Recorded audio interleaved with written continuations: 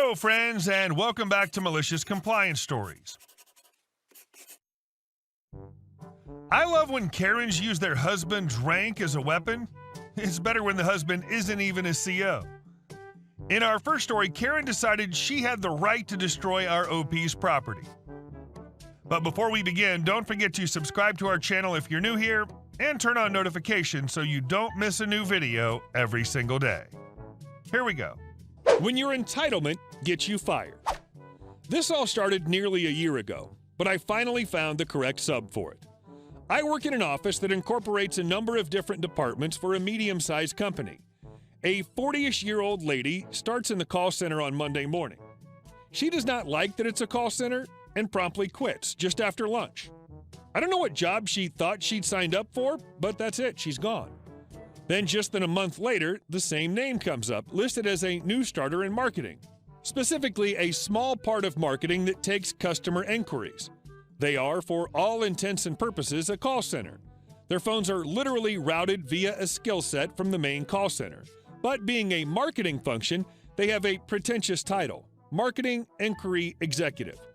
So that literally means it's their job to deal with inquiries about marketing. The executive part just means they do a thing.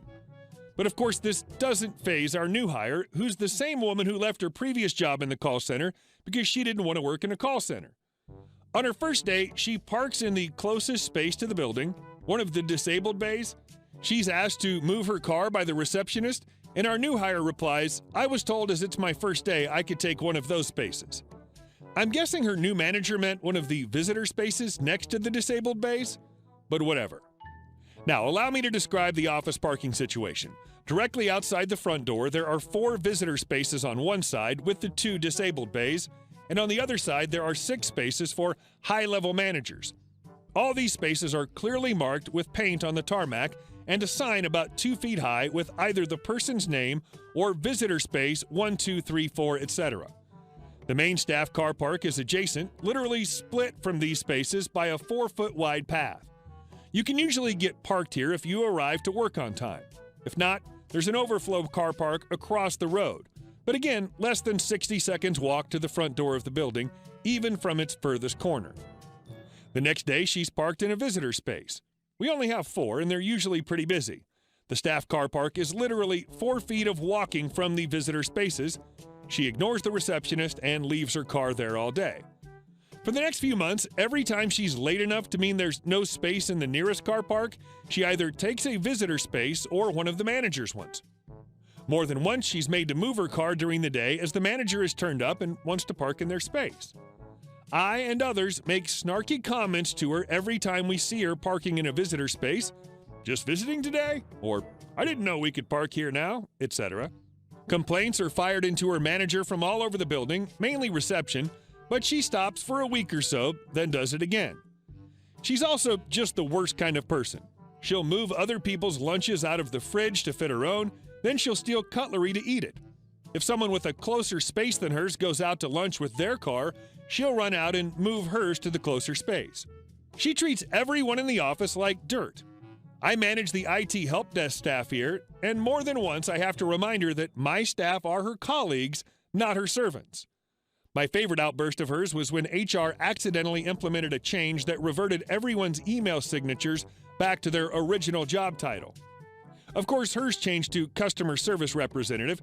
She came storming over and laid into me. "I am a marketing executive," she half whispered, half shouted in that weird way Karens do. Eventually, she's told one more parking violation and she's going to be fired. I know this because she's bitching about it while taking a lunchtime walk into town with a colleague, and I'm walking behind. I'm not deliberately eavesdropping, but she has one of those shrill Karen voices. You just can't help but hear it, even with the headphones in. So this time, it's about 2 weeks later. She's late because she had to drop her son off at nursery. I mean, a lot of us do that every day with more than one child and manage to get in on time, but whatever. All the spaces in the closer car park are taken. Plenty just over the road. I can see out the front of the building from my desk. She sits at the junction and thinks about this decision. If she parks in a visitor space, she'll get fired. But how can she park in the overflow? She's an executive. This will be tantamount to admitting defeat. She can't park a Mercedes. bottom of the range A class, 250 pounds a month, she proudly told me, in the overflow car park. So she does it. Visitor space. Her manager has come to look out of the window as well and intercepts her on her way in the door. 20 minutes later, she's back out of it. Her colleague volunteers to pack up her desk for her and drives over to her house at lunchtime to deliver her stuff. Because she was still in a probation period, it got extended for 3 to 6 months due to issues. She doesn't need to be given or paid any notice. Just gone. Amazing. Over parking. And our second story. Save the employees from being yelled at for something they had no idea how to fix. I'm from Chicago, where they recently passed a new tax adding a penny per ounce for all sweetened beverages. To keep beverage costs down, I decided to get myself one of those carbonated water-making machines to make my own pop. It's pop here, not soda. I found that one of the big box retailers was having a sale and had buy online/pickup in store for cheaper than what it costs in the store. So I bought it, waited for the email to tell me it was ready for pickup, and walked over there on my lunch break. On the way, my wife IM'd me to ask if I could also pick up some toothpaste and M&Ms. I get to the store and grab the stuff that I hadn't pre-purchased because I figure they can check me out at customer service when I pick up the rest of what I came for. On my way to get the candy, I had to pass the customer service desk where a very angry lady was yelling at some poor soul demanding to see a manager. He kept trying to get her to get in line and a CS rep would help her, but she wasn't having any of that, so he got one of the people behind the desk to walk over and talk to her. I smiled to myself, wondering if she'd still be yelling and carrying on when I returned. Sure enough, I came back to customer service with all the things I intended to purchase, and the lady's going on and on about her issue. I kept getting random tidbits of her problems while trying to get checked out. The guy that was originally dealing with her got tasked to pick out my order from the back. I pay for everything and wait a little ways away from the desk while awaiting my online order. They keep saying unauthorized. My pen was deactivated. How dare Target sell something I can't use? I was told it would work. My account. The usual crazy lady ranting. People behind the counter and even people waiting in line were all rolling their eyes like, here we go again. I wonder how long this one will go until we have to call in security. I keep putting in my PIN, unauthorized account access, my track phone, the lady kept going. But that last part, track phone, triggered something inside me. You see, over the past winter, my mother-in-law had stayed with us for a couple of weeks to help care for my daughter, but didn't bring her cell phone. And since we didn't have a landline, we couldn't leave or go out as she wouldn't be able to contact us in an emergency. So the last time she came for an extended visit, we made sure she brought her cell phone. Only she was having a problem reloading minutes and she didn't use her phone very often and happened to be out of airtime. She was on the phone arguing with customer service over why she couldn't refill her minutes. I had to end up taking the phone from her as, in her frustration, she started making some mildly racist comments about the person's English ability, which was not bad at all, and other things. I calmly talked to the CS rep to find out that my mother-in-law had let her account have a zero balance for over 3 months, and as per policy, TracFone had terminated her account. In order for her to have a working cell phone, she needed to request a brand new SIM card, wait for them to mail it to us, call them and set up a new account, and only then could she recharge the card to add more minutes. After finally understanding what the problem was, my mother-in-law was able to get a new working phone again, and my wife and I could go on dates. So with this memory freshly triggered in my mind, all the more so because my mother-in-law was actually coming into town for another extended visit that very afternoon, I went over to where the manager was trying to get this lady to calm down. The manager had this, please let this not be happening anymore, look on her face, trying to appease this lady, but not understanding what she'd gotten thrown into. Excuse me, ma'am, I don't work here, but I overheard you were having problems and you mentioned TracFone. Are you having problems reloading minutes? I then proceeded to tell her the story of my mother-in-law, and the lady did a complete 180. She went totally docile, calm as a Hindu cow. Yes, her phone had had 0 minutes for a few months. She never uses it, only talks on the phone for 10 minutes every other month, so on and so forth. I told her, based on what I knew from my previous experience, what she needed to do, call TracFone, get a new SIM, activate a new account, etc. And she started complaining about how her mailing address wasn't the best, because of course she had to complain about something.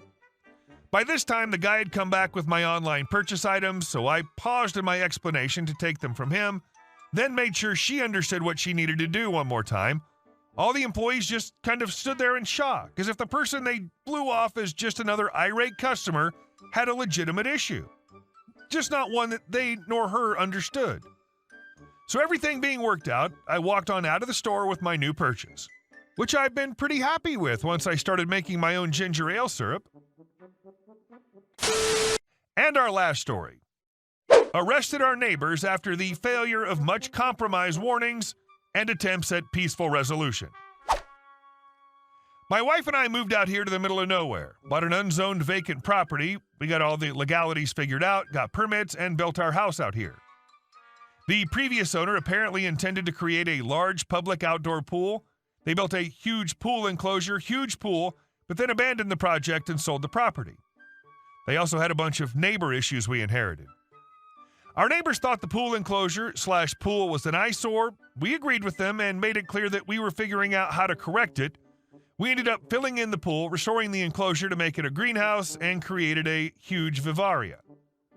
Neighbors still had issues, and it took us until this point to realize that they were trespassing onto the property to examine what we were doing. We had a genuinely friendly conversation about the property lines, got documentation from the county about it, and thought we'd solved our problems. We didn't, and they still complained. Knowing they climbed over the fence, again, we asked them nicely to knock it off. They ended up putting no trespassing signs up facing our property. We had another conversation.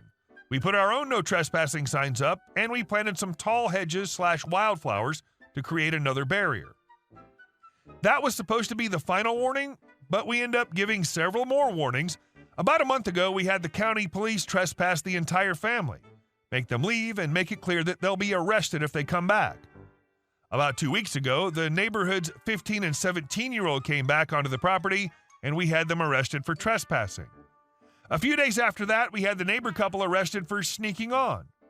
About 3 days ago, we had the neighbors arrested again for banging on our door, yelling at us for having their kids arrested previously. They seem to have an issue with everything we do and are even mailing us letters about what they don't like. We legally shoot starlings. They're allergic to our flowers. They think our very small, yearly controlled burns are horribly illegal, despite the fact that we are licensed to do them. They're accusing us of using illegal materials in campfires. They think our greenhouse is bad since it has non-native species, etc. I feel like we've done everything possible as respectfully as possible to avoid getting to this point, and I feel like we've made as much compromise as is reasonable. Hey guys, thank you all for watching the video. I'll see you in the next one.